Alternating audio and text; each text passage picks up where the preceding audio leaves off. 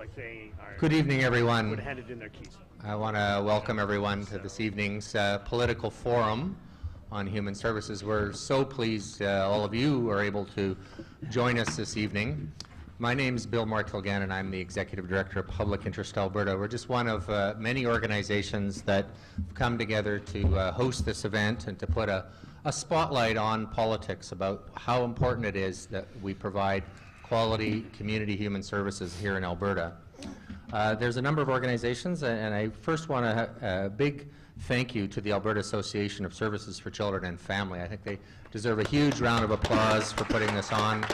Rhonda Bearclough in particular coordinating this event as part of their conference. But joining them is also the Alberta Council of Disability Services, the Alberta Council of Women's Shelters, and Jan Reimers joined us tonight, the Edmonton Chamber of Voluntary Organizations, and the Alberta Home Visitation Network Association, along with Public Interest Alberta. So I know many of you have come from all across the province and are a part of the Alberta Association of Services for Children and Family conference that's taking place. You can register for that up until 9 o'clock tonight. Otherwise, you'll be registering tomorrow morning as we go forward. So I'm very pleased that we were able to have Edmonton Journal columnist Graham Thomson be our moderator for this evening. And so I want to turn it over to him. A big welcome to Graham Thomson, and I'm going to go time keep.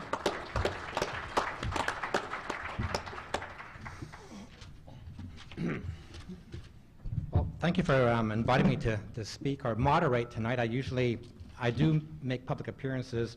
It's my first time actually, I think, moderating a panel tonight, which is a nice change for me. I got a chance to tell a politician to shut up and sit down. When I was asked to actually moderate, I was told there's going to be an all-party debate panel tonight. I was quite excited about that, thinking, will the government actually send somebody? And I was told, yes, they're sending maybe a cabinet minister. And I thought, wow, it's amazing. Then I realized your convention is at the hotel called Fantasyland. And so there is no one from the government tonight, which is, I guess, unfortunate, but understandable, because the government does not like to debate a lot of things unless it has to. There's no one here from the Wildrose, which is understandable, perhaps, because of the turmoil they're going through, but it's too bad because they are the official opposition in Alberta. But we do have 3 panel members here tonight from each of the other parties. Sherman, he's a passionate politician, of course, who has always been a thorn in the side of government, and occasionally a thorn in the side of the Liberal Party as well. David Eggen, he is, of course, the Human Services critic for the NDP, also the on-again, off-again, on-again MLA for Edmonton Calder. And William Munsey, who is not just a member of the Alberta Party, but he's the president of the Alberta Party, which to me qualifies as the very epitome of an optimist in Alberta politics. Thank you for that. So I'll just open this up. There's questions I've been given to ask as opposed to me asking my own questions, which is unusual for me. But I'll open it up with each person. We'll go in this order right now with Raj, David, and then William. And I'm going to ask you, you got 5 minutes each to respond to this, and that is, please tell us your vision for human services in Alberta and what is the government role and commitment in this area. Thank you, Graham. First of all, I want to thank each and every one of you for the opportunity to join you. So it's a very important conversation, as well as my colleague and friend David Eggen and Will Munsey. I'll begin by a quote from Hubert Humphrey. The moral test of a government is how society treats those in the dawn of life, our children, those in the twilight of life, our seniors, and those who walk in the shadows of life, are sick, are needy, and are handicapped. We ask the question, what good is a strong economy if we don't have a strong society? And those two issues are intertwined. For an economy to be sustainable, you also need the building blocks of a strong society, whether it's a good education system, a world-class accessible healthcare system, and the community supports that you need for families and children to thrive and to look after the sick and the vulnerable.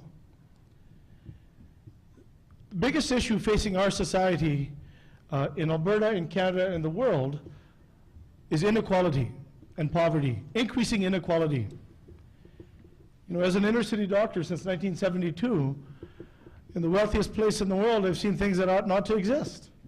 In such a wealthy place, the amount of homelessness, violence, social discord, children not finishing school, families not being able to afford to pay the bills and feed their children healthy nutrition. These are problems that shouldn't exist in Alberta. You know, the Premier Redford and Premier Hancock, to Premier Hancock's credit, you know, he brought in the social policy framework, which I think was a good document. The problem is it was never implemented and funded. The challenge is the current Premier, Premier Prentice, has made no mention of social policy in the speech from the throne. So the Liberal plan is simple: to build a better world in which we live. Government policies at the highest level right now, with the right-wing policy, it's basically a policy of trickle-down economics, Reaganomics. You give a small group of people a lot of money, they think the benefits will trickle down to the regular people. The reality is burdens have been trickling down. What we need to do is have government policy that allows more of us to do better. When more of us in society do better, more of us actually do better. It's a better world in which we live. So government policy really has to ensure that citizens and individuals have to have the opportunity to do the best that they possibly can in their life. It's their job to seize that opportunity. That's where individual responsibility comes in. But you can't be individually responsible if you're not able to get an education. You can't be individually responsible if you can't get a high-quality, affordable childcare for your children and you're a single mom with 3 kids who's earning $15 an hour. You can't be responsible if you can't put healthy food on the table when pop and chips cost $1 and milk and broccoli cost $4. So for social programs and initiatives to be effective, the government has to fund them in a sustainable fashion. Government's job is to be a funder of programs and to hold people accountable. And to provide that funding, sustainable, predictable, adequate funding. That's the job of government. And government itself can't solve every problem. Nor should it promise to. That's where the community and service organizations, there's a shared responsibility we all have. And it's only through meaningful collaboration and local communities and service providers can we actually build a better world, a better society. A healthy society depends on healthy families. A healthy society is built on a foundation of principles that we all subscribe to. Principles to reduce poverty, adequate income through employment, good taxation policy, going back to progressive income tax cuts for the middle income, lower middle income Albertans. And here at the higher income, Albertans should pay their fair share of tax because they didn't get there on their own. It was good public programs that help people succeed.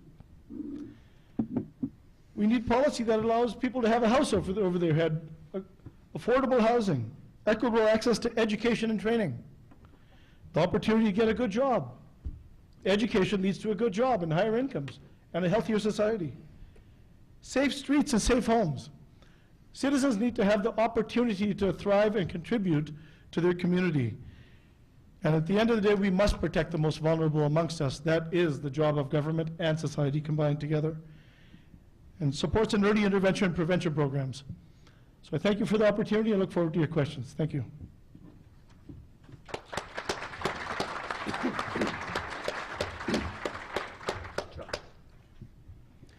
Well, thank you very much for this opportunity to speak to you this evening on behalf of the Alberta New Democrats, on behalf of the Alberta Legislature as well. It really is an opportunity for us to start to re-engage at a very crucial time in the province's history.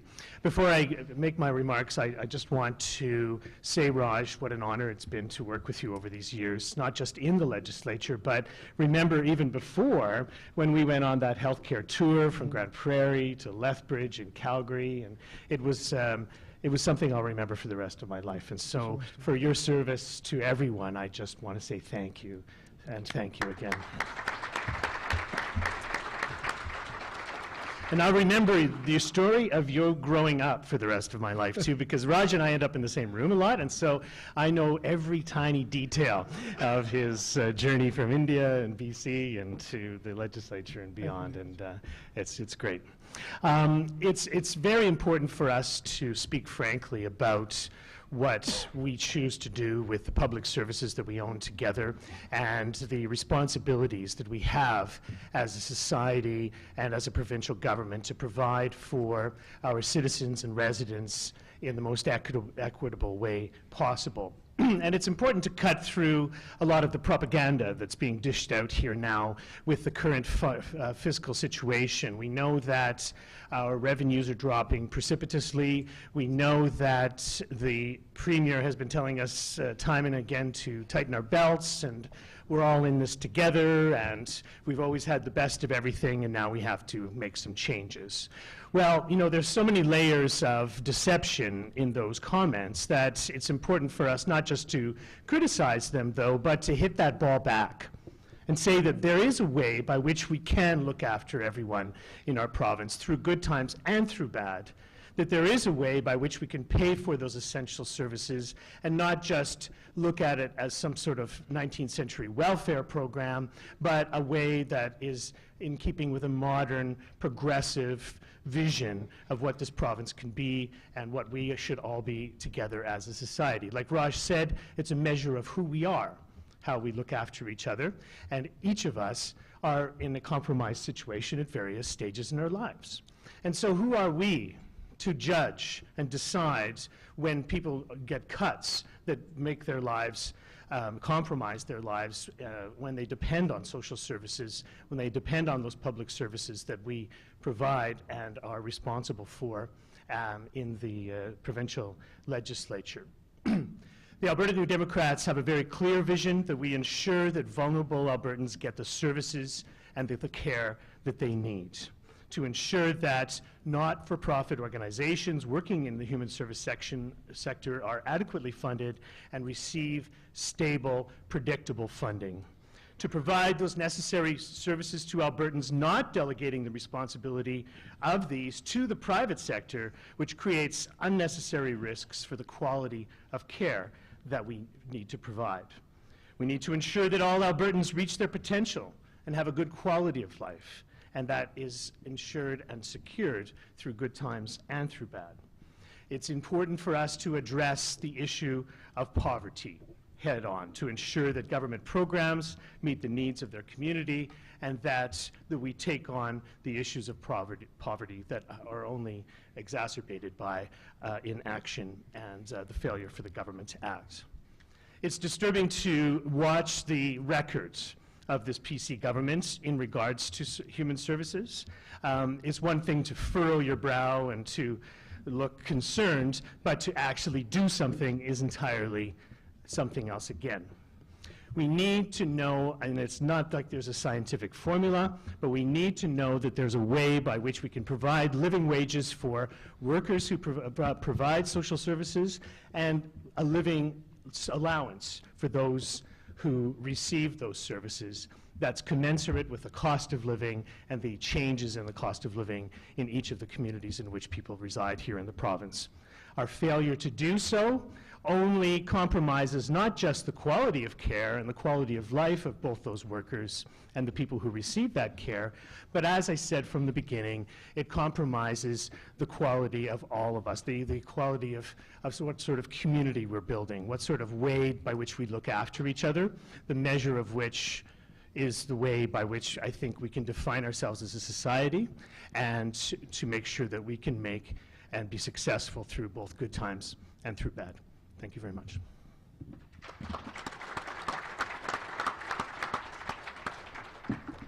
Well, I have to say, I am not a politician, and I'm standing up here quaking like you can't believe.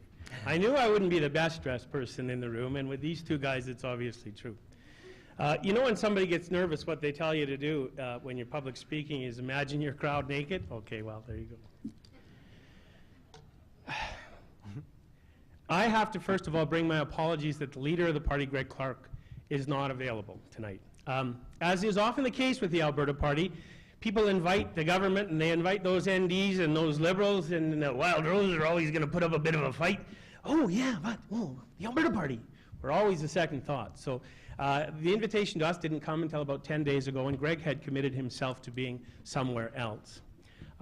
We had a lead on social policy, and she did a great job, and I urge you to go to the Alberta Party page and look at that social party. Unfortunately, last year she passed away. So they call me because I am sort of the jack of all trades. I've done a little policy. I've kept the Alberta Party together. But I am not a speaker. So what I'm doing here is trying to get your sympathy so that you at least give me a chance to talk on the same plane as these two other guys. Actually, I think speaking in politics is a bit like Hollywood. This is as close as I ever get, somebody who looks like me to being on the same stage with stars. So I'm pretty happy about being invited, and I'd like to thank you for inviting me. I know a lot of people get confused about the Alberta Party. I remember I ran in an election in Leduc-Beaumont, and that's rural. I'm a rural guy. If I wasn't here with you tonight, I would be running a train, a CN petrochemical train to Red Deer. And I'll tell you what, my conductor and brakeman, they know how good a speaker I am about politics, but you people are slightly more intimidating. So the Alberta Party, one day I was fighting this election, and people were coming up to me, and I know they didn't know anything about the Alberta Party. They'd say, well, I'm voting for you because I like that Danielle Smith. And I would say back to them, thanks, because I needed every vote I could get. So on the political spectrum, people ask left or right, and I think those terms have to be thrown away. But for the purpose of this meeting, the Alberta Party does not fundamentally disagree with Liberal policy or ND policy. So, you know, if you're looking for a mix-up, that's probably not going to happen here. But I'd like to introduce you to a little bit to the Alberta Party. In terms of social services, in terms of human services, education, health, PDD, human services, we think that those services are government responsibilities. They are not for profit. They cannot be for profit, because when you reduce taking care of the people who we value most in society, who we should be valuing most in society, when you put that down to making money, you lose something. And even saying that, I can feel my blood rising. This is not a question of profit. And human services should not be a question of profit. It is a question of values. Is it important that every Albertan is treated as a valuable, participating member of our society? Of course it is. And I think everybody in this room, because I know what field you're in, and I've watched these gentlemen over the years, I know that we fundamentally agree on those things. But what strikes me, what catches my heart over the long time that I've lived in Alberta is the paternalistic attitude that our governments have had, and I'll use governments. And I'll even give Jim Prentice a slight benefit of a doubt that he may be willing to change, but we have a long track record of it being paternalistic. Yeah, we've got some money, so we'll help out those poor folks who can't help themselves. That is not inclusivity. It does not make people a real part of society. You know, I've totally lost my notes here, but the Alberta Party, when it comes to social policy, when it comes to those human values, fundamentally shares those things. We want to make sure that we can help every Albertan achieve the success in their homes, in their workplace, in the communities, as is possible for them to achieve. And that includes supportive environments at work, in the community. And as a rural person, one of my big concerns is that people with challenges don't just exist in big centers. So we have to integrate a whole healthcare system, not just in the big cities, in the major areas, but all over this province. It has to be fully funded, and I'm sure we're going to get into where that money is going to come from. But it just has to be, and right now, the priority has to be people and not money. Thank you very much. Thank you. I'm very impressed. You're all kept to the 5 minutes. And William, must say, you said you're not a good speaker or a politician. I think you're both. Yeah. Well, somebody could vote for me then. The next round tonight, there's 4 prepared questions that you've all been given in advance, I believe. And I'll read each question one at a time. And then after I've read the question, you'll each get 2 minutes to respond. When you finish your 2-minute response, then you get a minute to respond to your colleagues. Okay, and the first question, I'll give it to David Eggen to go first, and then William, and then Raj. Question number 1, David, what is the role of community-based service providers in your vision of human services in Alberta? Well, thanks, Graham. And certainly, first and foremost, as in the whole healthcare sector that I have dealt with for a number of years, we know that the people who are delivering the services on the ground are best to consult and let us know where the modifications need to take place, where we need to invest money, and where we need to make adjustments to ensure quality of care. And so community service providers in social services and all of human services provide that same boots on the ground experience and that central role that should guide policy right across the province. We know that the government is not listening, and they exploit the divisions that they perceive between community-based providers across the province. And we need to tighten that up, quite frankly. It's a central message I wanted to bring here tonight. The closer that we stand together and negotiate together the terms for our clients and for our workers, the better we are to be able to actually provide for those services. So it's very important to do that. I've seen them try to divide and conquer so many times, and it's time that we stopped and started to pull together. It's very, an example is the cuts to PDD that the government made last year. While times were good, they took out 42% of the funding, $39 million to PDD funding, and so can only imagine what they have in mind for us here this time. Of course, Heather Klimchuk did not deign to come here today, because you know what they've been cooking up all day in their PC caucus meeting here today, and it's not good. Once again, we don't have to do that. We can have a plan that's commensurate with the GDP, with the cost of living in our communities, and provide the care that people need on the ground during good times and during bad.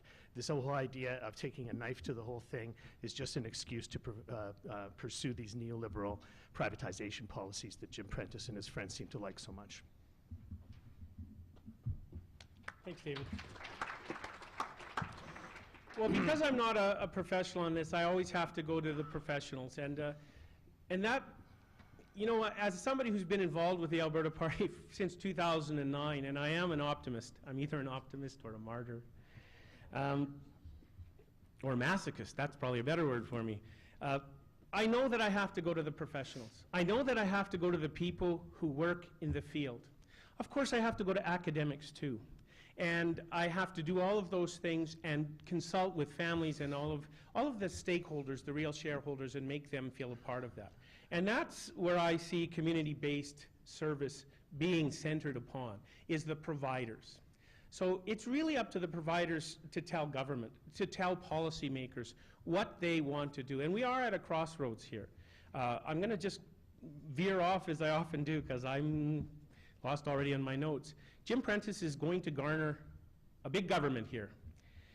And there's not going to be a lot that we're going to be able to do about that. So we have to establish in our hearts how we're going to make noise about that and how we're going to protect the people who are most vulnerable in societies.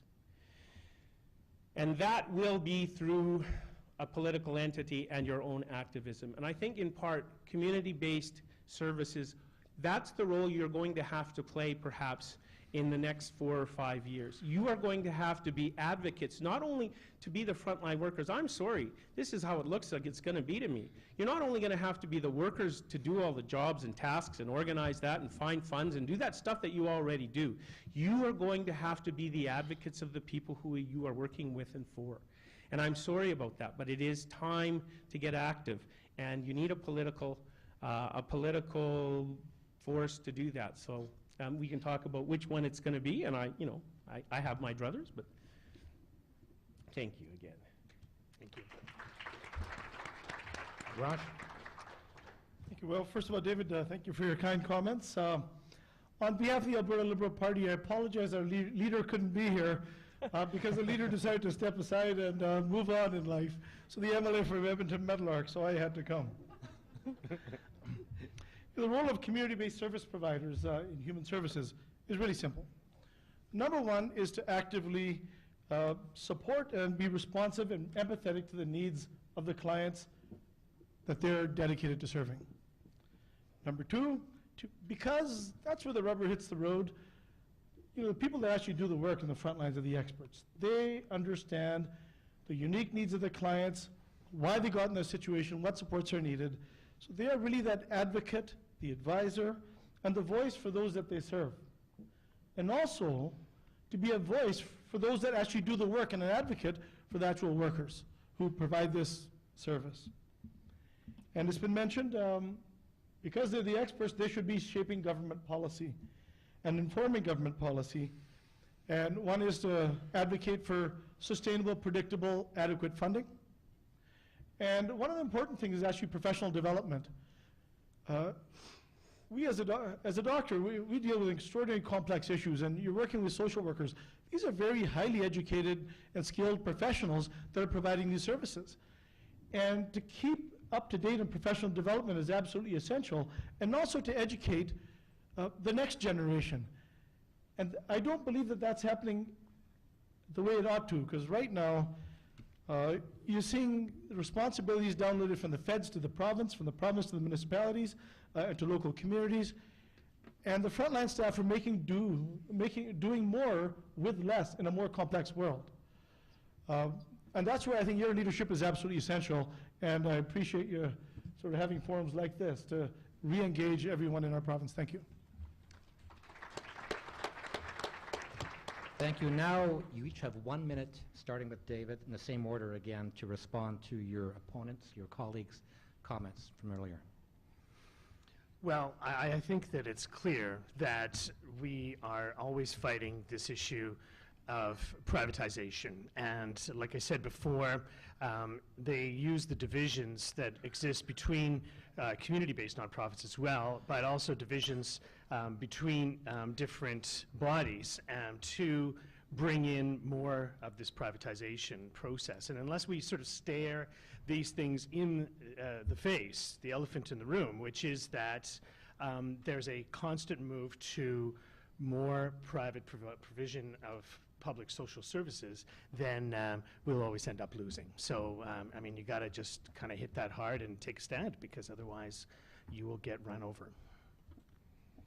And I don't even think I'll take a whole minute here. What always strikes me when, I say I'm a trained engineer and a Saskatoon berry farmer, and I am.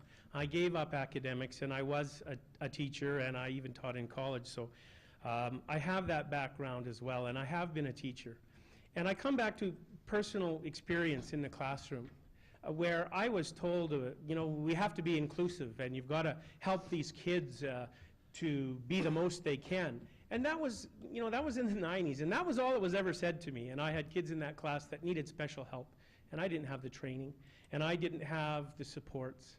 And I think increasingly that's what we see, is leaving it to the frontline workers to figure it out. And we need, as a government, to set the priority to help the frontline workers, and that's not happening. I always like to say, don't hold that red thing yet, because this is a great quote. The people who help the people who soften our hearts are the people we have to be helping the most. That's an original quote. You can tweet that.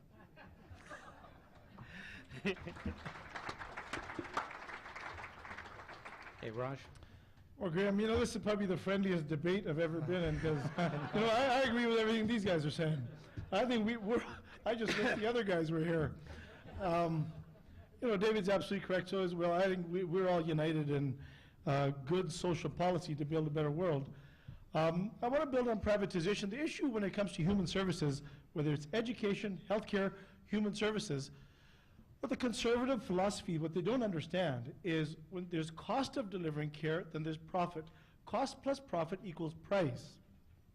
So the governments actually pay a higher price for lesser level service.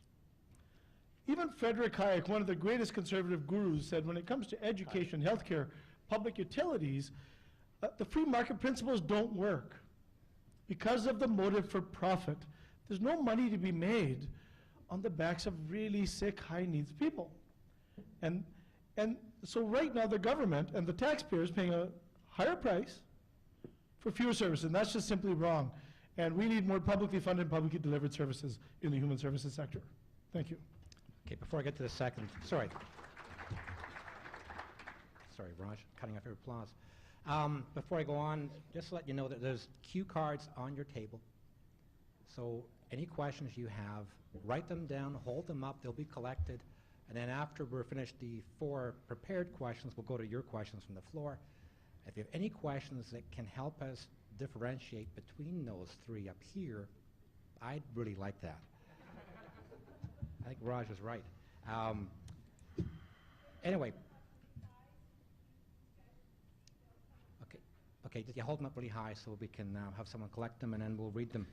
Okay, the second question, same idea. You get 2 minutes each, and then after you're done, you get 1 minute. I'll start with William to respond to what the other parties are saying. And I noticed that you don't tend to respond to what the other guys are saying. You're responding to your previous comments. So I would suggest if you can, maybe listen and find something you may disagree with on the other parties. Okay. That would be great. You asked for it, Graham. Oh, hey, listen, that'd be great. So I'll All right. start with question number 2, and William's the first one, then Raj, and then David. 2 minutes to respond. Here it is, a prepared question. Over the last 3 years, government has invested funds to improve wages in the human services contracted sector. This workforce is crucial to serving vulnerable Albertans and provides government-mandated services. What strategies does your party have to assist in developing a healthy, sustainable, community-based workforce? William. Okay, I think I probably should have left that last comment to start this one. Taking care of the people who take care of the people who are the ones who soften our hearts, I think that's a good place to start. We know that there's been study after study after study that says that people who are included in the decision-making process, who don't fear for their jobs, who are paid a living wage, tend to buy into what they want to do, to what they are doing. When we improve the services, one of the quickest ways to improve that service is to maintain and stabilize a workforce. It's a tough, I mean, other than being a teacher, I don't know what you do. I don't know what you face every day, but I understand and I imagine it's tremendously stressful and hard. And if we can keep people with experience in their roles, then that is an investment that will pay for itself over and over and over. We know that, and government has done its own studies. As far as the Alberta Party goes, the things that, you know, to make that happen, we think that there has to be very competitive livable wages that are negotiated through a collective bargaining process. And we would never shy away from that. We want to work with public sector unions and the unions and even the people who are not unionized to give them a living wage, because we understand the investment in wages is really important to a continuation of quality services. And ensure that the profit motive doesn't sneak in, because I can't remember which gentleman said it, which of the two said it. But they didn't say it well enough. How's that, Graham? Is that okay? Little disagreement there. You can't let that sneak in, because there are certain things where profit takes away from the money that we use for the care. And that should be the focus of it. That has to be a focus of it. So long-term contracts, and my guess is we're going to see people roll back agreements, and that would be a sign of terrible things. You cannot make agreements with your frontline workers and then pull them back. That's stripping us of hope. Raj? Thank you, Graham. In 2007, when I was door knocking, in Meadowlark, we have a lot of nursing aides that live in the area, but they're only working 50%, and 50% of the time they're working at Tim Hortons because they paid more money. They love their job, but they couldn't earn enough of a wage to actually pay the bills. People need a living wage to be able to care for their families. So the government's job, I'm glad that they made a commitment for wages, but it came with cutbacks in number of staff at a time there was more work to do. So you have to take a comprehensive approach to this. One is adequate wages. Number two is adequate staff to do the job. Number three, adequate support staff to do the job. And most importantly, I'll go back to education. Continuous professional development is a key. It has to be a comprehensive approach, and this needs to be considered an investment. So government has to do two things to build on top of what I've said. One, they have to stop downloading responsibility. It's a supply-demand issue. And the government needs to do a major investment. They need to understand that this is an investment, not a cost to be cut because the price of oil fell. And lastly, how are we going to pay for this? Real simple. In 2001, taxes were cut so low. BC is the next lowest tax jurisdiction. They tax their citizens $12 billion more. We're not even suggesting we go half that way, but we got to bring in progressive income tax, and large corporations need to pay just a modest increase.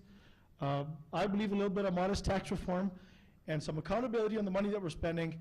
There's about a $4 or $5 billion cushion that we can have, so the government does not have to make the decisions that are going to hurt people that they're going to make in the upcoming budget. Thank you.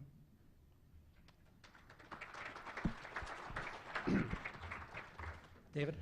Thanks, Graham. Well, we know that the investment in human services to increase wages was a very hard-won battle, and certainly it did nothing to address the fundamental gap between contracted nonprofit wages and then other parts of the public sector. And so as long as we fail to have funds committed on a long-term basis for the budgets of nonprofits, we will continue to see the wage gap expand, and the problem only gets worse over time. I think that it's time that we knew what the stable long-term funding would be, and that we use a formula. I mean, this, as I said before, it's not science, but you can at least approximate what people get paid now. So often in nonprofit contracted wages is just, entirely inadequate. No fault of the managers, but just the fact that they just don't have the money. Most of the money for any contract goes to wages. So if we use a formula based on what the cost of living is, what the wages are in the public sector, we would go a long ways to be honest in how we choose to fund contract social service workers. And we know, ultimately, again, I'll say it every time, that privatization has been driving down wages across this province. There's different groups that end up using temporary foreign workers and so forth, and the whole effect is to not just depress the wage economy in the social services sector, but I would suggest as well to destabilize the whole sector in general too. So we can do a lot better than that. Certainly the New Democrats have a better, more reasonable way. Thank you. Okay, thank you. Now we'll do it 1 minute each to rebut, if I can use that word, your colleagues, starting with William. Well, I find nothing to rebut, and I think the shame in saying that is the party here that would be the one to rebut, or the two parties perhaps, didn't come. I'm going to use my 40 seconds remaining to point out one other thing. Last night was the first consultation about gay-straight alliances in Calgary, and I know that Liberals spoke, and I know that Party Leader Greg Clark spoke, and I don't know about the MTs, but they have a track record of supporting those GSAs who represent some of the most vulnerable kids in our society. But nobody came from the Progressive Conservative Party to speak on behalf of there, and that's where the education minister is. So if you're looking for rebuttal, here's what should stick in your craw tonight. There is no one to rebut because they will not take a stand.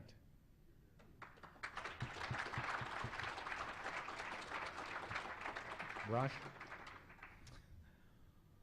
Well, David, you didn't fight hard enough. No, I'm just kidding. I agree with Will. There's a very friendly debate. Really, the issue is, why is the governing party not here? We're going to have an election coming up. Offer your vision, offer your plan. Tell us how you're going to care for the vulnerable in our province, and how you're going to pay for it. And be honest about it. I'm not even running for public office, and I'm here next election. And Will, I want to thank you for, you're not elected, but you're here. So thank you. And David, you'll always be here. I am running again, yes. So, I have nothing really on this issue to rebut these folks, other than the fact that maybe you didn't talk fast enough and make enough points. in the 2 minutes you had, but the points you made were pretty good points. Thank you. Thanks. Well, you know, it's clear that the mythology going into this next election is that we've all been living somehow beyond our means, and I heard him say it on the radio the other day, Jim Prentice, that we've always had the best of everything. Well, I don't think so.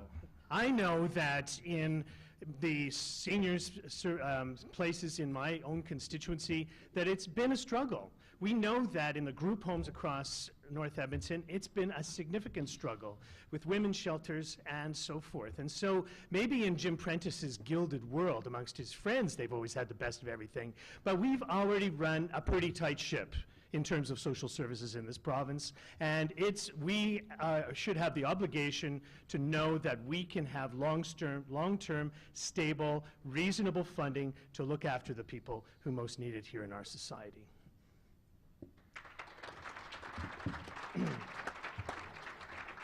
Okay, I'll go to the third question. Don't forget, you can write your own question down, hold it up, and it will be collected, and we'll read it out later. Question number 3, and we'll start with Raj on this one. Again, 2 minutes, and the question is this. Vulnerable Albertans are entitled to live with dignity and have their basic human rights upheld. Issues like child poverty, housing and homelessness, living wages, guaranteed incomes are all of concern, yet we don't really know if Alberta is making great changes in these areas. What does a comprehensive approach to these social issues look like for your party? Raj. Thank you, Graham. Well, the Liberal Party, we're the geeks of politics. We believe in evidence-based decision-making. Conservatives believe in decision-based evidence-making.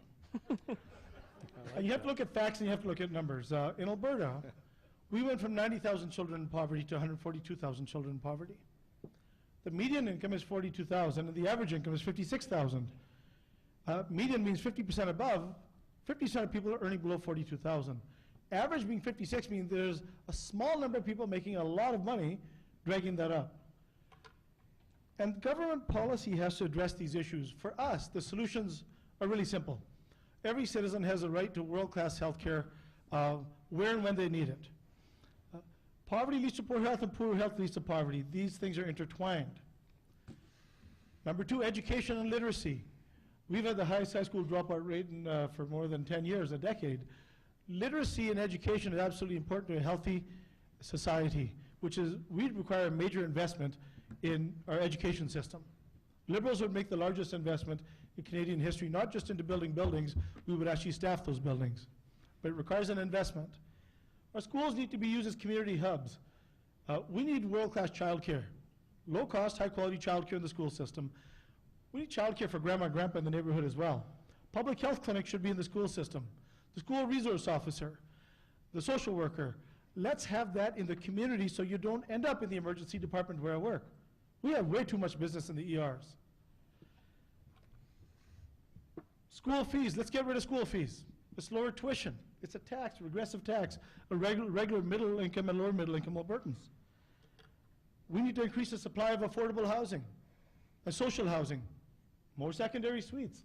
The municipal leaders need to play a leadership role. We can get increased supply of housing by having secondary suites. The housing model, the housing first model. It's one thing just to house folks, but you know what? They need mental health and addiction treatment, the whole so-called wraparound services. Those services must be there. I'm out of time. Thank you. David. David? Well, thank you, Graham. And, you know, when I look back to the last election, it feels like it was 100 years ago, doesn't it, Raj? And, well, it's just like so many things have happened in between, not a great deal of time, however. But let's just remember how well-defined and obviously intelligently developed the PC platform was in regards to reducing child poverty.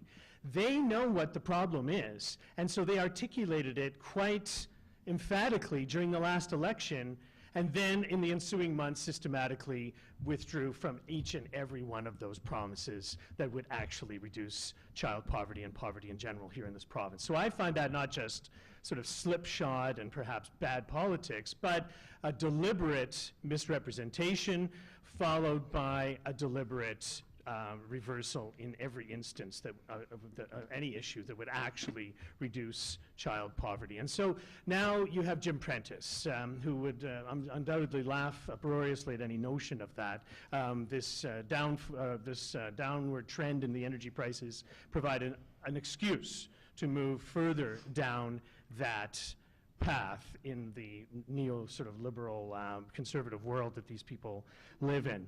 We know that reducing poverty systematically requires a long-term commitment over a number of years. But certainly we have the resources and the means by which we can do so here in the province. We have a moral obligation to do so, and it makes economic and good social sense as well. Right? A penny invested before, and you save dollars down in the future for other forms of care that you might require. We know that we don't have a living wage in this province still, a wage that pays the bills, and the Alberta New Democrats would do so. We need consistent long-term funding for nonprofits so that you know the direction that you can take, and we need to ensure that we invest in affordable housing, not just in the cities, but right across the province. Thank you. Well, it would be ridiculous for me to rehash that, so I won't. I'll just say ditto, and I'm going to go somewhere else. First of all, thanks, Roger, because I have 2 teenagers in my home, and I've just figured out that what they do is decision-based evidence-making. So now I can take that on board. The problem, as I see it, is that in this government, we set our priorities, number one, paternalistically, which I've said, we'll help those poor folks out if we can, if we've got extra cash left over. That's not the way to govern in social services, education, health. It is to set our priorities as a population, as a province, set our priorities, and then go out and figure out how we're going to pay for those things. We've never had that frank discussion. And we need to have that frank discussion. And it's going to involve a couple of things. It's going to involve where we spend our money. And it was suggested to me by a close friend who is in the profession that you're all in, that perhaps we need an audit of how this government spends money. A public audit to find out where it's spending money and how it's spending money and if there's a better place to spend that money. So there's a spending consideration. But here's the golden deal.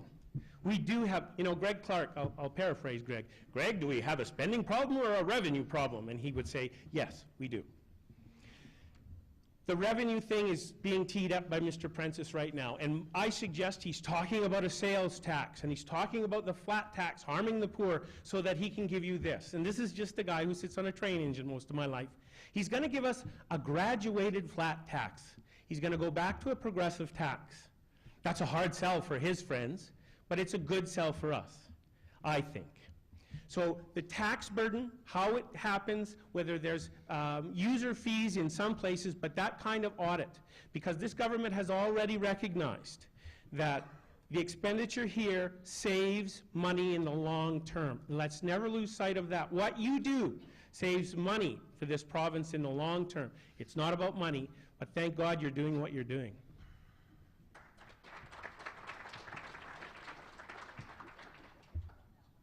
Okay, 1 minute each, starting with Raj. You know, a lot of the issues of poverty reduction, here's maybe where I'll disagree with David a little bit. We agree on a lot of things, and where Liberals disagree with New Democrats, we think that wealth creation is a good thing. We think entrepreneurship is a good thing. You know, I always tell people, I said, a good education, a good healthcare system, social services are actually good economic enablers in addition to good infrastructure. And jobs are actually a good social program. The oil industry, if we actually had done our oil industry right, to diversify our industry, we would not be in this problem that we're in today. We support entrepreneurship. Now, what the Conservatives don't understand is that the investment in the social services sector will actually save money. It will save money in healthcare, save money in the prison system, save money in the children's youth services system if you actually provide the community supports. And it's actually good for the economy. It's actually good for the economy, wealth creation, more taxes will be paid if you invest in good social services with good accountability measures. Thank you.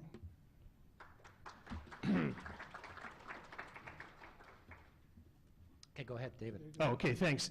Well, thanks, Raj. I mean, it's important to make some distinctions, I suppose, but let's look at it this way. With the city of Edmonton as a perfect example, the public service is the #1 employer in this city right now, and it has been for many, many years. And so we need to get away from this idea that somehow the public service is a burden on our economy, that, you have to have this tax and pay for these people and look after people with disabilities and so forth. I mean, baloney, quite frankly. It contributes to the economy just as much as any oil company or investment firm or whatever else you happen to be doing. So if you think that you are just somehow a drain, this is what Jim Prentice and his Klimchuk and the rest of them will be telling us ad nauseum for the next, that we're all a big drain on the society. Well, good luck with that, because the facts say otherwise, right? I learned about Keynesian economics in school, and when you're having an economic downturn, you spend in other sectors, and you do create wealth, and you do create a better society too. Thank you, David. William. Well, I'm going to disappoint you, Graham, and agree with them both. I'm going to kind of go with the entrepreneurial thing. Now, again, I'm a rural guy. I live in the deep heart of conservative Alberta, and I am also a small business person with those Saskatoon berries. It's New Sarepta Gardens, by the way, and it's just down Highway 21, and they're a very healthy food, and okay, then it's worth it for me. I missed those wages on the train, but maybe you'll come pick berries. The entrepreneurial skills of Albertans, and that's one of the reasons we're proud to be Albertans, is because we're a meritocracy like no place else in Canada. And we need to open up social services to entrepreneurial ideas and integrate them with government services. There are a lot of things that should be going on, the encouragement of entrepreneurial ideas. And we're great at that in Alberta, and we're not really doing that in any area. So it is about encouraging entrepreneurial spirit, but it is also about understanding that public service wages are not totally a drain on the economy, and that everyone contributes. Thank you. Now we'll go to, sorry, I'll give applause to William. We'll be very polite. Okay, question number 4. Again, I'll start this time with David. 2 minutes each, and then followed by 1 minute per person. Then we'll go to questions from the floor. Question number 4. In challenging fiscal times, Albertans depend on services more. At the same time, historically, budgets have been cut in many of these areas when the economy is struggling. How can Albertans depending on community-based human services ensure they have continuity of care and services as we move into tough fiscal times? David. Well, thanks, Graham. And first and foremost, we know, each of us in this room here, the history of your own nonprofit and social services in your community. They arose organically to meet the needs of people as the community grew, and we saw that with healthcare as well. Across the prairies, community hospitals grew in together, and we started to form a public health system that we could use right across the whole province. Well, that took a long time, and that was the basis of not just lots of altruistic human activity, but also really a lot of hard, intelligent work that met the needs of people on the ground as it developed. And so when you start cutting and slashing in inappropriate ways when you have a small economic downturn like we see here today, I mean, it's significant, but I mean, it's not as though we haven't seen it before. I've lived here for almost my entire life, and it happens on a cyclical basis. And so you don't start cutting into the very fabric of what we've created here in the province to look after each other. And this is the fundamental subtext of the story that Jim Prentice and his gang want to do, is that they want to use an economic downturn as a way to restructure our society, to go directly after the public supports that we have for women and for vulnerable people in shelters and so forth. They want to go after the public health care that we've created so carefully and together over these many years and start to create entrepreneurial, market-based things for themselves and for their friends to make money from. And so, I mean, we can push back against that. When I was the Friends of Medicare person, I went to the national stage every year, and they always looked up to us and said, how did you fight back so much? Well, we fought back so much because we had to so much, but that's part of who we are as Albertans too. And so let's revive and remind ourselves of the things that are non-negotiable and start to kick some butt and push back against these conservatives. Thank you. Thank you, David. William. Well, there's no question about it that we're in a deep hole. And this question, the fourth question is, where are we going to find money in a struggling economy? I can't get over, and I don't like to go back to the past. I don't really, politics is a lot about bashing, and I hate that.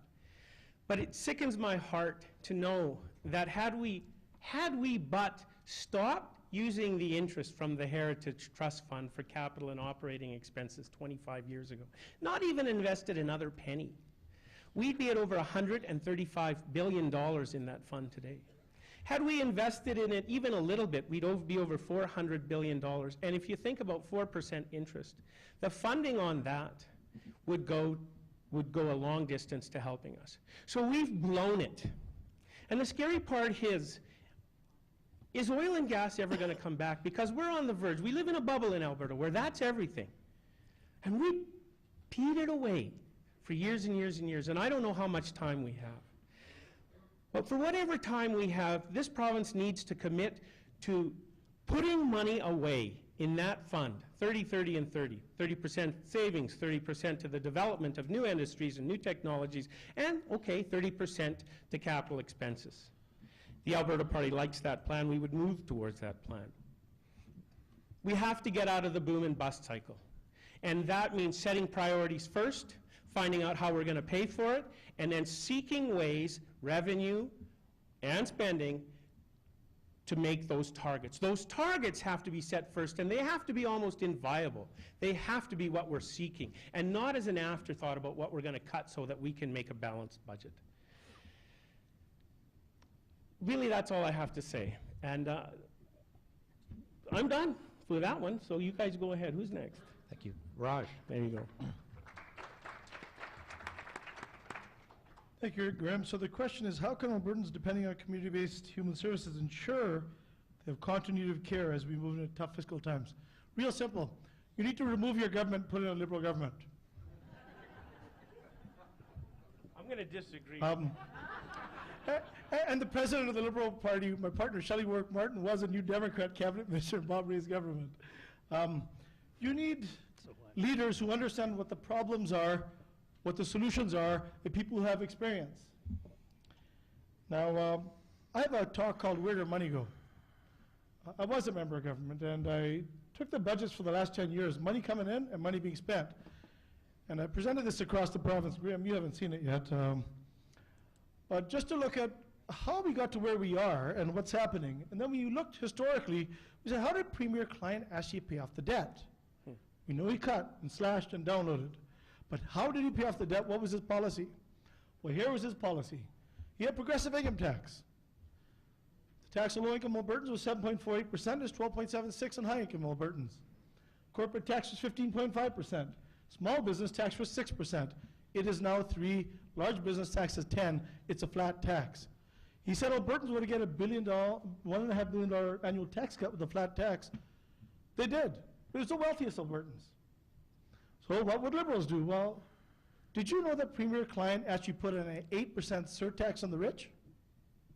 He did, prior to 2001.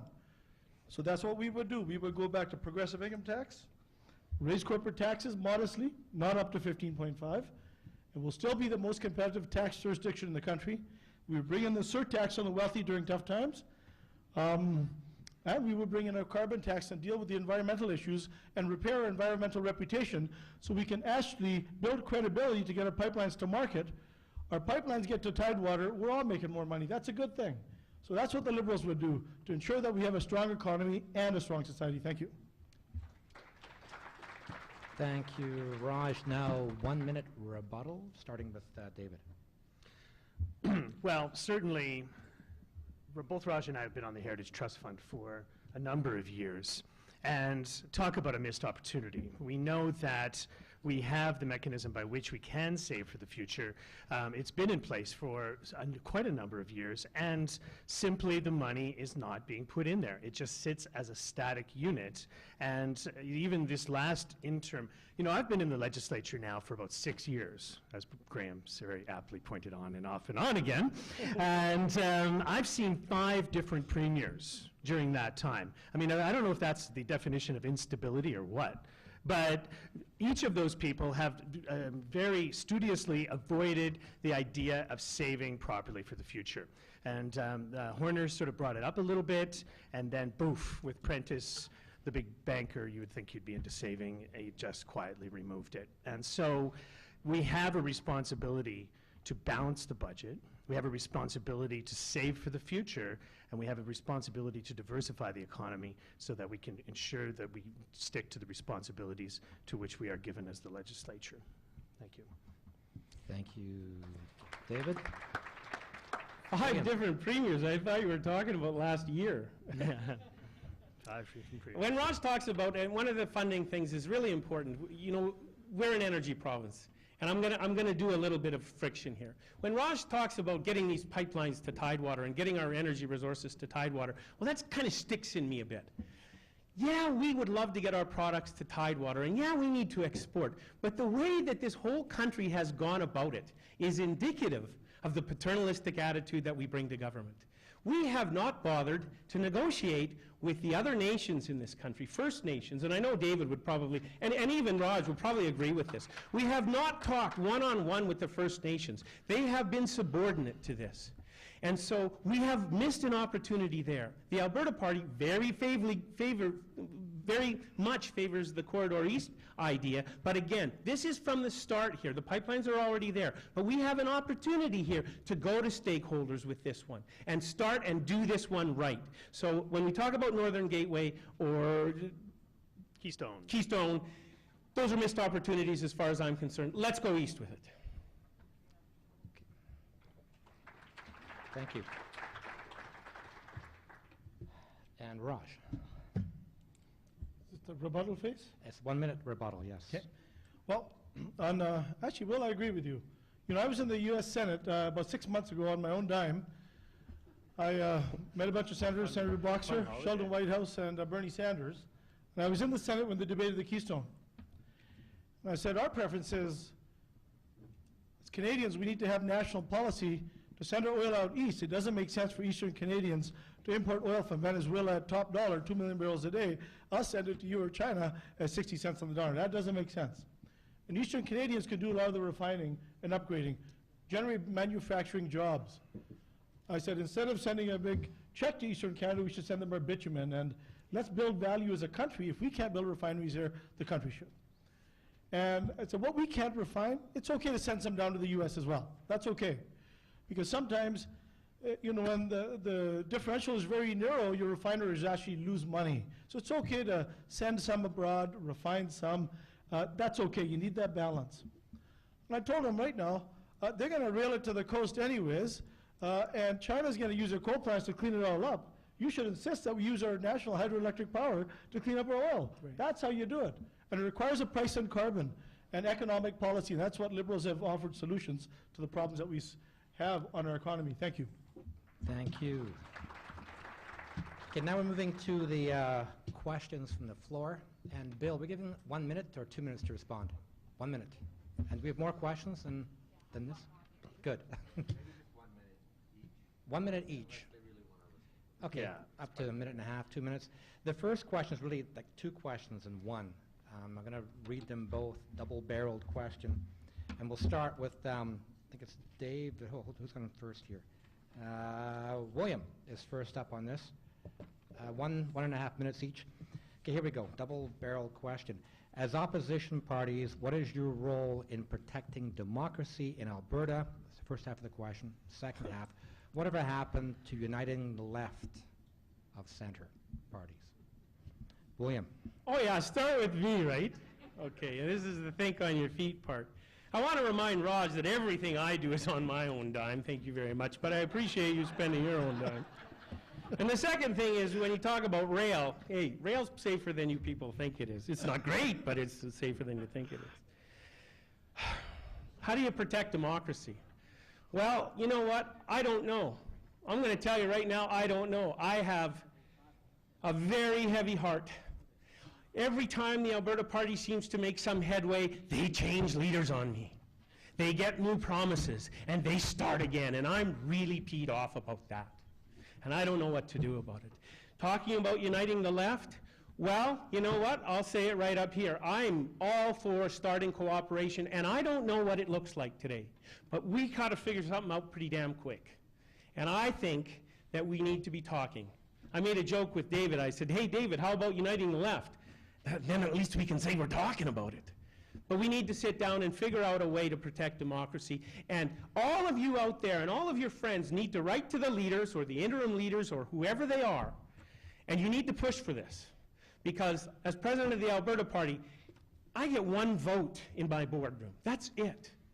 But I'm for cooperation. And I probably, if that gets tweeted out here, boy, I'm probably in for a bunch of responses on my email tonight. But let me say it, because frankly, nobody's paying for me to say anything else, and I'm not elected. I'm for cooperation. There you go. Thank you. Raj, you're up. Oh, gosh. Well, from my point of view, we need good government. And to have good government, you need good opposition. It's incumbent upon the citizens to ensure there are at least 30 people elected who aren't members of the sitting government. I believe every viewpoint should be represented in the legislature. David and I, we share many viewpoints. Certain things we disagree on. Yep. Certain things liberals are sort of in the center. That's why we're focused on economy and society. Certain things we actually support the conservative government on the economy and job creation when they're right. But they waste a lot of money. We believe in prudent fiscal management. With respect to uniting the left, you know, I talked to Raj Panu years ago before I ran for public office. I was an advocate for the ER docs, and I'd say, hey, Raj, I got to give you info. So why don't you and the Liberals all get together? Because you might have changed the government in '93 when you count the votes. He explained to me, he goes, Raj, it doesn't work that way. We're ideologically different than the Liberals. They support business and all this. They go, if we work together, not all of our people will go over there, not all of their people will come with us. So this is why I think our party is the centrist party. Many of our votes since Lawrence Decore left are sitting in the PCs, and most people are in the center of politics. And this is why I believe the Liberals are the ones with the policies and the vision and the plan to govern and lead the province. And we just need to earn the trust of Albertans and work a little harder. And I think, David, you guys should get it. You should elect New Democrats in the Ledge. They offer a perspective that's very important. Sometimes we may not offer that perspective. So I believe in offering, and even the Wildrose, you should elect some Wildroses, not too many like last time, but some are okay. Yeah, Thank you. Thank you, David. Yeah, for sure. Thank you, Raj. I mean, protecting democracy, it's very important for each of us to, number one, make sure we do the job of communicating the things that we believe in and build a coherent platform and push forward on those issues around human services, around healthcare, around energy and finance, so that people can make intelligent choices about where their province can go.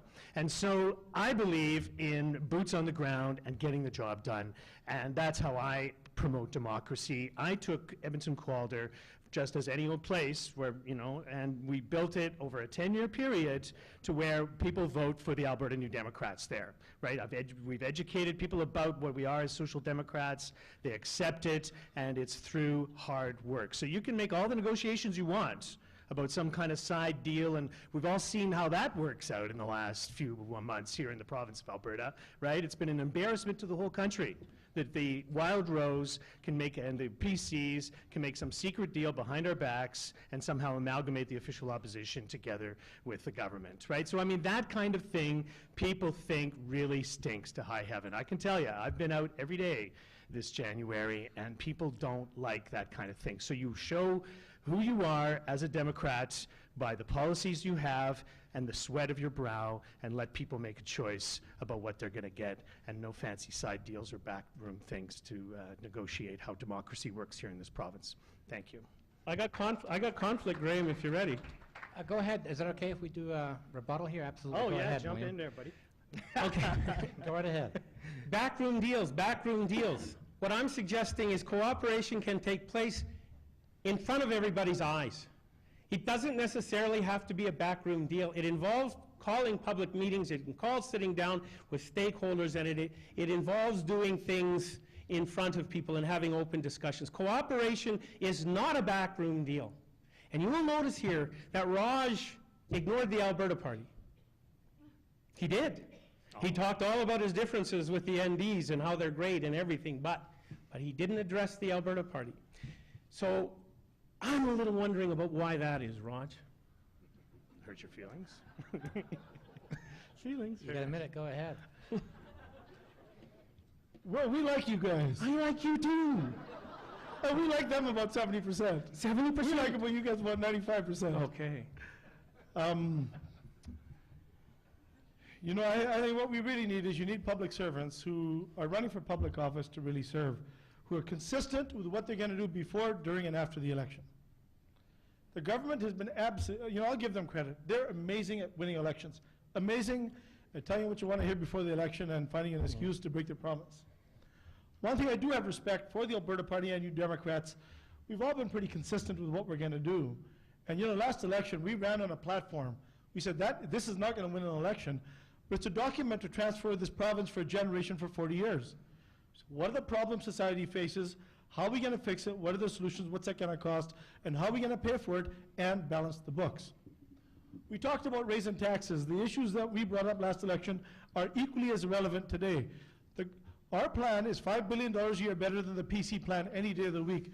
These are about $20 billion that would have been saved, that could have helped society and reduce debt and provide better services.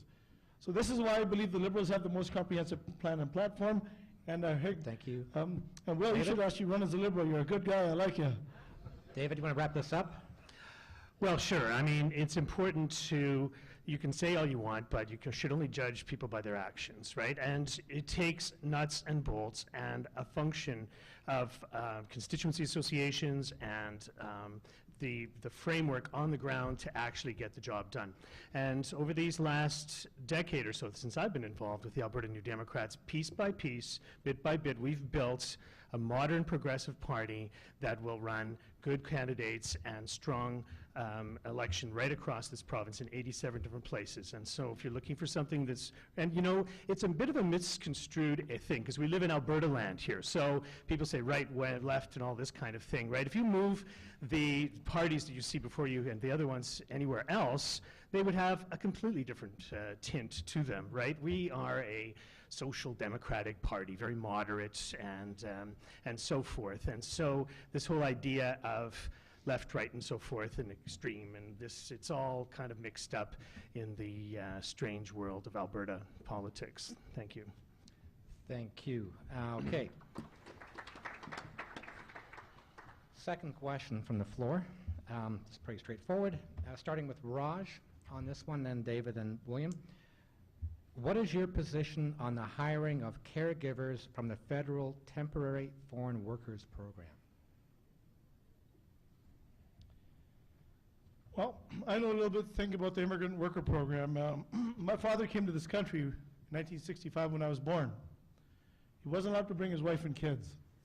We essentially had no father for 7 years, and my mother had no husband, except by letter. And my father worked twice as hard, worked double shift overtime at the most menial job in the mill, and he had a master's degree.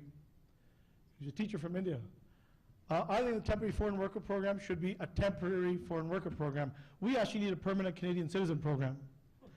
The birth rate in this country is only 1.7. Yes.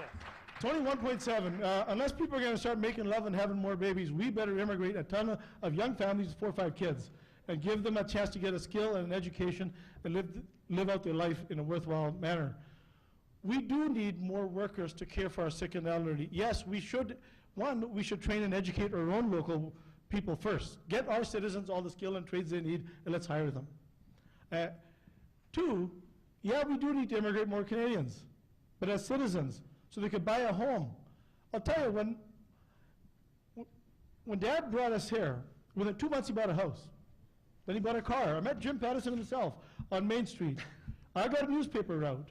I give up my citizenship to the homeland of my parents as a teenager. Said, I am a Canadian. This is my country now, and we're going to work hard to succeed, and we're going to serve this country. That's what it means to become a citizen and a Canadian. Give people a chance to have a dream and live that dream. So yeah, Graham, there's my comprehensive answer. I personally lived this life of a temporary foreign worker, child of a worker somewhere else.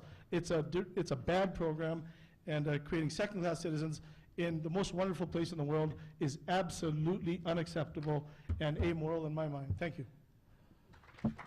David. Yeah, in this overheated economy roller coaster ride that we have here in Alberta, we were all convinced that we had a worker shortage and we needed to bring in thousands of temporary foreign workers and so forth. And it's another manifestation of very poor management of our economy, not just here in this province, but right across the country. And we know that there is going to be tough times and tough choices here, but we don't need to exacerbate the problem by using and abusing the temporary worker program and pitting people against people, and often fanning the flames of other unsavory things such as racism and so forth as well. That's what we're seeing here now, but certainly if a person is good enough to come here and work, and there's a need for them, then they're good enough to come here and stay if they choose to become a Canadian citizen. That's what happened to me and our families and other generations, and certainly that's the same way that we can conduct ourselves here in the future too. Sure, the economy goes up and the economy goes down. We need ways by which we can moderate that process, but certainly we don't need to use humans as the first victims and cannon fodder in that wild ride that the Tories have always put us on with our economy going up and down. So using temporary foreign workers in the healthcare sector, certainly we had, it was a necessary thing, but if people wanted to stay, ask any of those temporary foreign workers if they do want to stay in Canada, dollars to donuts, they'll say, of course we do. Thank you. Thank you. William. One of the things I love best about Alberta, and I'm near tears here listening to Raj's story, and I'm not kidding you, is the stories of Albertans, because so many of us come here. And your story is beautiful. I want to walk over and give you a hug, buddy. I'll do that later. I spent nearly 20 years of my life in East Asia. This is a personal story. It's hard for me because I'm not a politician. But when I was there, I participated in that society to the best of my ability, but I was never allowed in. And that stings. It stings to no end. This is a place where we invite newcomers. This is a place where people are judged on their skills and their attitude and the way they behave as my neighbor, and that's all. And the temporary foreign worker program doesn't recognize that. And it's emotional for me. Sometimes, yeah, in an overheated economy, we have to invite people. But there has to be an avenue for them to come in and stay. And instead of doing that, we have made it more difficult for those people who come as temporary foreign workers to find that foot in the door and, like Raj's dad, stay and be able to afford to bring their families over. And we'll go back to what you guys do. When you hire people for 2 years and then send them away, how much buy-in do you get? You don't. You get buy-in and you get continuity and stability by having people stay, and that's what we need to do. And I'm sorry for getting passionate, but that's the way it is. Thank you. Okay, next question. We'll start with David on this one, and then William, then Raj. It's a long question, so pay attention. I think what's happening here is they're combining several questions into one, right, as opposed to asking the same question several times. But here we go. Given that Alberta's significant growth has meant that services have fallen behind and that fiscally you cannot do everything at once, how would you prioritize investments for vulnerable Albertans? Please address social housing, rent, the Child Poverty Initiative, income disparity as part of your response. You got that, David? Yeah, okay, sure.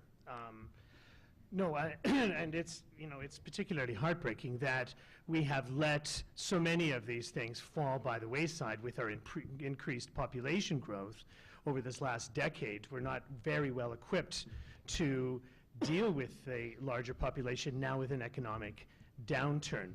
But certainly there is a way by which we can do so, and first it's to deputize and to empower the community nonprofits that we have available to us right across this country, to tell us on the ground what you need to ensure that our most vulnerable people are looked after in regards of the services that we are responsible for as a government. That's a way by which we can turn this thing around and not just have decisions from Edmonton, but to find out and to empower and to finance the projects that you know are missing and required in your jurisdiction where you live. I mean, for example, when I was meeting with the Women's Shelter Association, I was just appalled to know that there was no transition accommodation available for long-term sort of rehabilitation and so forth in anywhere except for Edmonton and Calgary. I mean, we have cities in Grand Prairie and Fort McMurray and a half a dozen others that are amongst the fastest growing urban centers in Canada, and there's no provision for this sort of accommodation for women's shelters anywhere. I mean, so obviously we know that a dollar invested in that sort of program will result in many dollars saved down the road in terms of problems with families and people getting back on their feet and being able to look after themselves. Let's empower the people who actually know what we need in our social services. Thank you. William.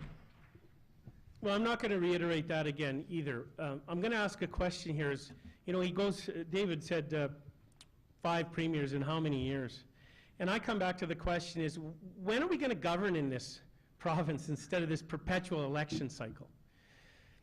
And when you look at governance, you look at long-term goals. And you have to set those long-term goals, and that's what I talked about before with prioritizing. You have to prioritize. Prioritizing human beings, of making their value high. So education, especially early childhood education, social services. But here's the deal. It costs money. We've all talked about how much money it's going to cost. But it's having the courage to make the long-term commitment. Change your revenue structure, fine. But we're in such a deep hole here. Albertans are going to have some patience for a long-term commitment. 5, 10 years, reducing poverty. It's going to cost money. You have to go find that money. Set the priorities, find the money, and stick with it. Everything isn't about floating trial balloons. That's not leadership. When you ask your politicians next time you go to the polls, ask them to look 10 years down the road and make a commitment. Be in that caucus, whichever caucus it is, and make a commitment and stand by that. Don't keep changing it every 3 months because public opinion polls are against you. That's not leadership. Thank you. Raj. Well, thank you, Graham. Our first question was, hey, if there's a minority government or we form government, what are we going to do? Problem, there are many problems. One is the upper levels of the civil service is very politicized. The civil service needs to be depoliticized at the highest end. The civil service needs to protect Albertans from its government when its government's making bad decisions. In dealing with some of these problems, yes, we got to address the issues of taxation. But we looked at where the money's being spent. Money to healthcare has gone up 54%, while the population's only gone up 15% since 2007. AHS spending has actually gone up 74%. So let's call in the auditors and do a forensic audit of, are we getting value for money in healthcare? And a lot of this healthcare is being privately contracted out. The biggest win in healthcare immediately, it's actually a social housing issue for seniors and the disabled, and a lack of home care issue. We looked at the data. Half the people in long-term care are dead within 18 to 24 months, unfortunately. We said, who's going into those beds? People are coming from home. Why don't we just double, triple, quadruple up home care? Let's provide so much home care like the Danish do.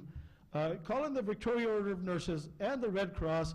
Invest in seniors' day support programs and disabled day support programs and adult transportation. You know what? The hospitals can actually function.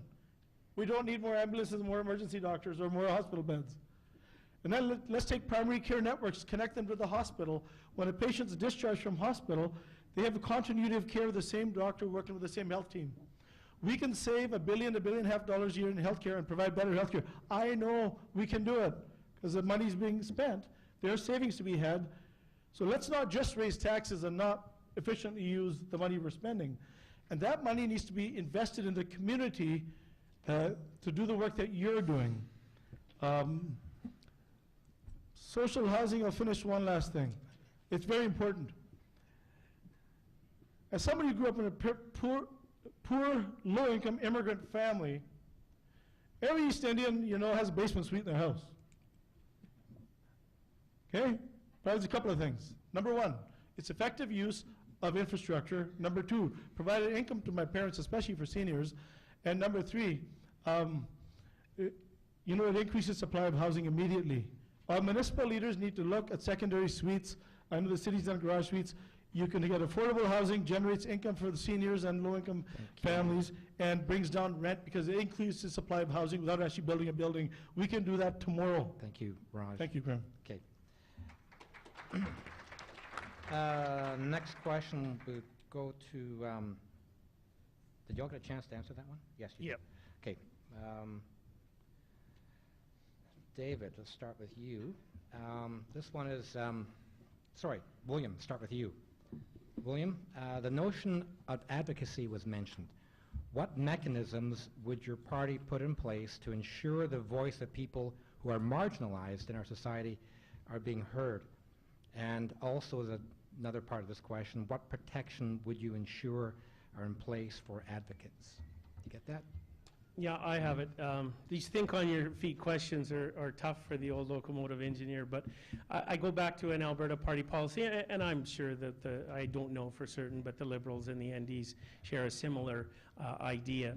The Alberta party believes that an MLA, I mean, everybody will say this, but an MLA is responsible to constituents first. And in our policy, there are no whipped votes except for a budget vote. You know, if you've campaigned on something and it's part of the budget, it's not going to drop the government or defeat the government, then you are obliged to stand up for what your constituents want. Well, how do you do that? Well, the Alberta Party commits to public forums. And I would suggest that this is the first time I've thought about it, but some of those public forums have to be with identifiable groups, like specialists in your area. So that's one-on-one. That's this kind of thinking on your feet forum where you gather around and you grill that person and you teach them, and they take that advocacy to a caucus if they're in government, or to their own caucus if they're in opposition. But the other part of that is whistleblower protection. We have a very weak whistleblower protection here. We know that there is intimidation, and Raj knows it all too well, and I'm sure David does too. I hear stories of it all the time. Will, I'd love to support the Alberta Party, but my funding would be cut. I'm sorry, I hear that. I'll be quite honest with you. So the whistleblower protection that we have has to be strengthened, and that whistleblower protection is not only what we're talking here about advocacy, it's for malfeasance inside government as well. Thank you. Raj.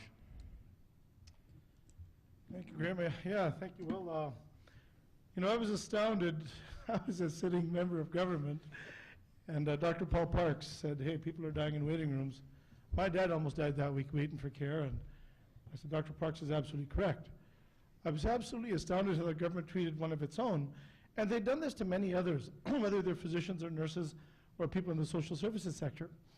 In a democratic and free society, freedom of speech is one of the hallmarks of. That's why we're all here in Canada. Many of our ancestors came here to escape tyrannical places where you couldn't speak freely. So, Will, you're absolutely correct. Whistleblower protection is very important. Other things that are important are things like open data. This is your money. It's being spent. Let's put it open data. The Americans have more open data than we do. We do a Freedom of Information request. You don't get it for 60 days. They redact everything, and that's a problem.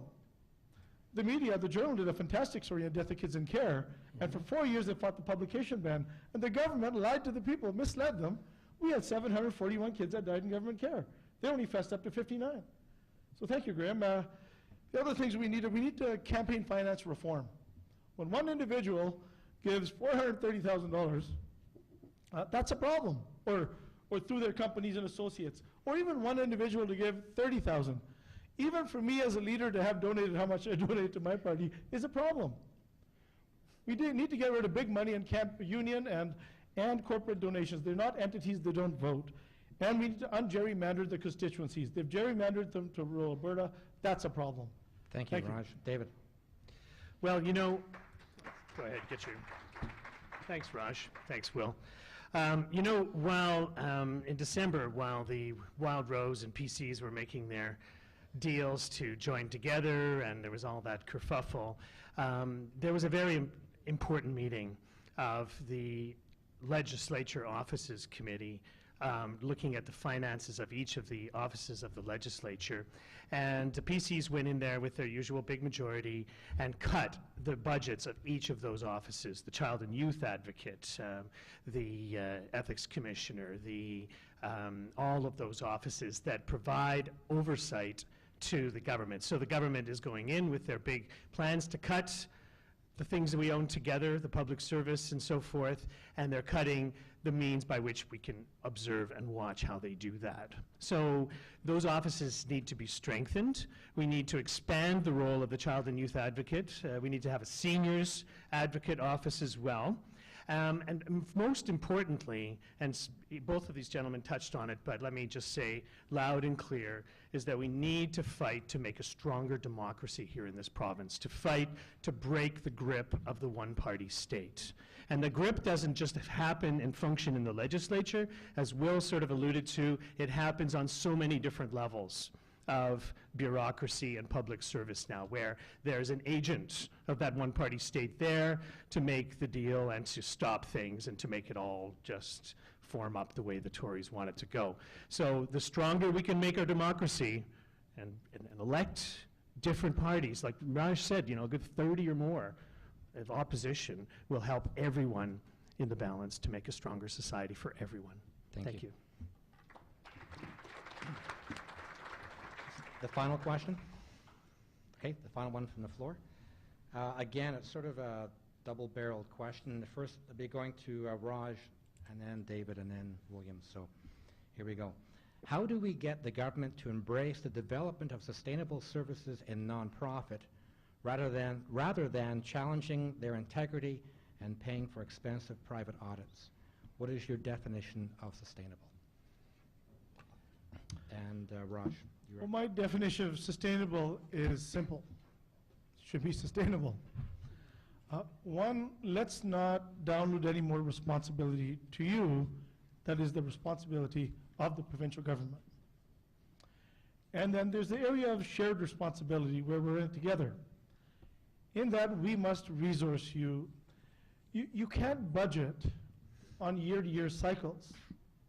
You need to budget on 3 to 5 year budgeting cycles. And you need to budget beyond election cycles. Part of the problem is election cycle budgeting.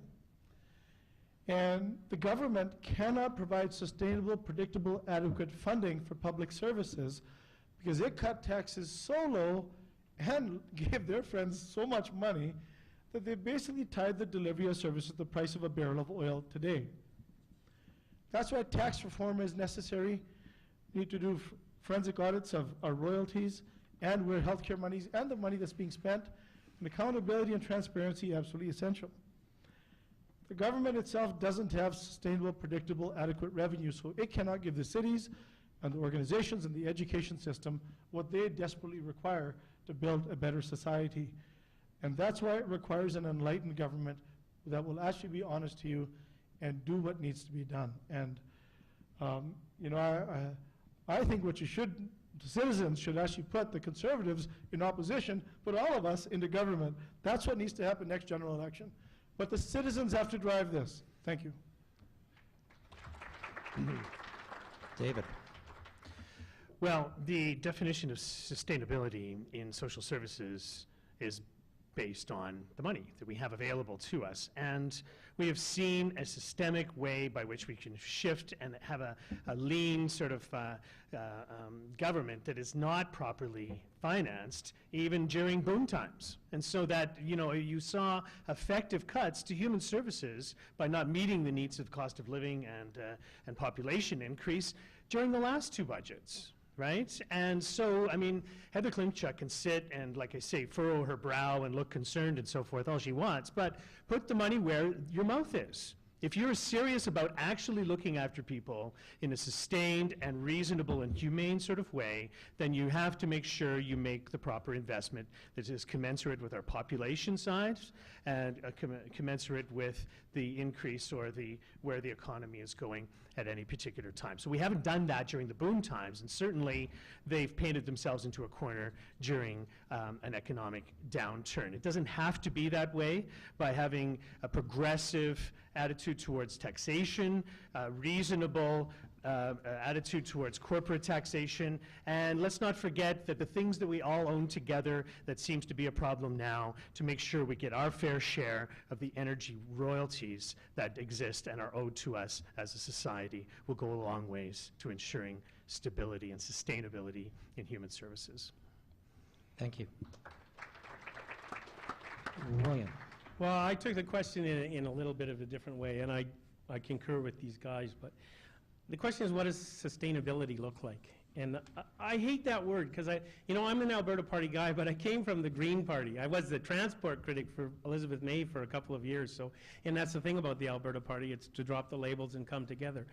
And sustainability is a key to green politics, and I still have it in my heart, green politics. But what does sustainability mean? I think when I was asked that question just now, here's what I thought. I thought sustainability looks like this to me. It looks like in PDD, it looks like people in care or being helped, seeing the same people that they always see.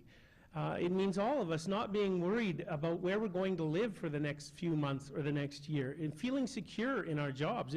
It's feeling secure in the services, the public services that are offered down the street. Sustainability to me is about not having to worry where we're going to find our next meal or whether the teachers are going to be paid enough in our schools to teach our kids. Sustainability looks like to me that we're not going to have to worry about mom and dad when they get older and where they're going to be cared for. But that's what we do in Alberta. We worry from month to month to month. I know what it looks like. Unlike a lot of people, I have no idea how we get there. But, in this room, we can push to do that. We can figure out a way. Sorry, I have no answers for that. Thank you. So, Jan, are we done with questions from the floor? Okay, are we going to wrap this up? Okay. Okay, we'll wrap it up. Before I say thank you, I just want to point out that even though I give these guys a hard time almost daily, I'll give myself a hard time right now, my media colleagues. I'll read something here. This is actually from, and forgive me for doing this, this is the first few paragraphs or first few sentences from a column I wrote in 2008, in May of 2008. It says, kill 500 ducks in an Alberta tailings pond and you hear outrage from around the world. Yet turn away 27,000 women and children from Alberta emergency shelters and you hear barely a whisper. Close 6 group homes for troubled children and there isn't a peep. Shut down 12 foster homes and there's only silence. Non-profit agencies across Alberta are facing a crisis and odds are you had no idea, not unless you were an abused woman, a troubled teen, or a neglected child. And that was written in 2008. And I don't know if things have really improved since then. And I think part of the issue here, as I pointed out, is the media doesn't do a very good job sometimes of covering these. We did, as Raj pointed out, thank you, the Journal, Karen Cleese did a great service to the public by pointing out the number of children who have died in foster care. And my point is, you have a chance now, of course, with the election coming up, to put the screws on the government and put the screws in the media as well. And a trick is to explain to the media why the public should care about what you do is important. You have to remind the public why it's so important. And that's part of the key of getting media coverage. And I'll wrap it up. I guess tomorrow you have a chance to put the screws, if you want, I guess, on Heather Klimchuk. I don't know if you have a chance to ask her questions. But she's speaking, I guess, tomorrow, the Minister of Human Services. But I do want to thank the volunteers and organizers for the event tonight, and in particular, our panelists, Raj Sherman, David Eggen, and William Munsey. Thank you again. Thank you.